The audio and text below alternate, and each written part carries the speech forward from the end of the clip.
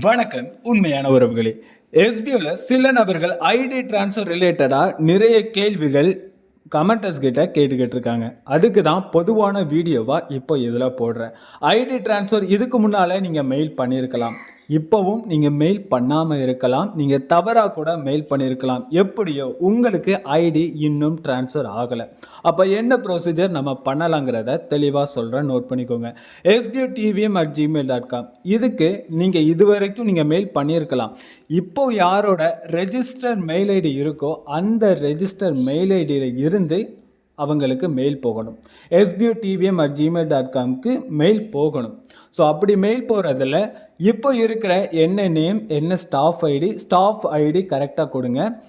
ஏற்கனவே இருக்கிற mobile number, mail ID, so இது எல்லாம் கொடுத்துட்டு எனக்கு ஒர்க் பண்ண இன்ட்ரெஸ்ட் இல்லை, ஐடியை ட்ரான்ஸ்ஃபர் பண்ணி கொடுத்துருங்கன்னு உங்களுடைய எக்ஸ்ட்ரா ஏதாவது ரீசன்ஸ் இருந்துச்சுன்னா அதை டைப் பண்ணிவிட்டு அதுக்கு கீழே இவங்க புதிய நபர்களோட டீட்டெயில்ஸை கொடுங்க. Name, mobile number, mail ID, இந்த மூணையும் நீங்கள் கொடுத்துட்டிங்கன்னா நீங்கள் அனுப்பிட்டாலே போதும்.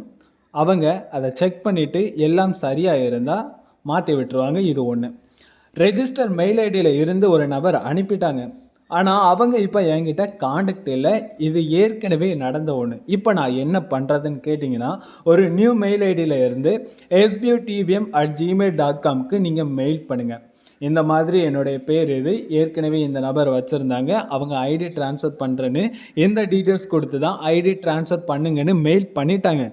மெயில் பண்ணது என்ன மெயில்னால் இந்த மெயில் தான். ஸோ என்ன மெயிலேருந்து ஏற்கனவே பண்ணாங்களோ அந்த மெயிலை மட்டும், அந்த மெயில் ஐடியை மட்டும் நீங்கள் அதில் டைப் பண்ணி சென்ட் பண்ணுங்கள். அந்த மெயில் ஐடியில் இருந்து வந்திருக்கான அவங்க ஃபைண்ட் அவுட் பண்ணுவாங்க.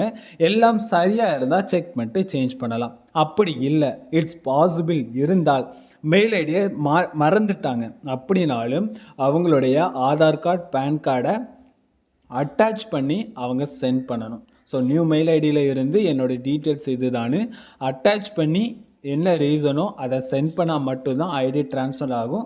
ஸோ இது பாசிபிளா அப்படிங்கிறது கூட ஒரு கொஸ்டின் மார்க்கு தான். இது எல்லாம் உங்ககிட்ட சரியாக இருக்குது. இந்த 3 யோசனைகள் கொடுத்துருக்கேன். இந்த 3ல் ஏதாவது ஒன்று நீங்கள் தொடருங்க. கண்டிப்பாக உங்களுக்கு ஒரு சக்ஸஸ்ஃபுல்லான ஒரு சொல்யூஷன் கிடைக்கும். இதுதான் ஐடி ட்ரான்ஸ்ஃபர் பண்ணுறதுக்குள்ள ப்ரொசீஜர்.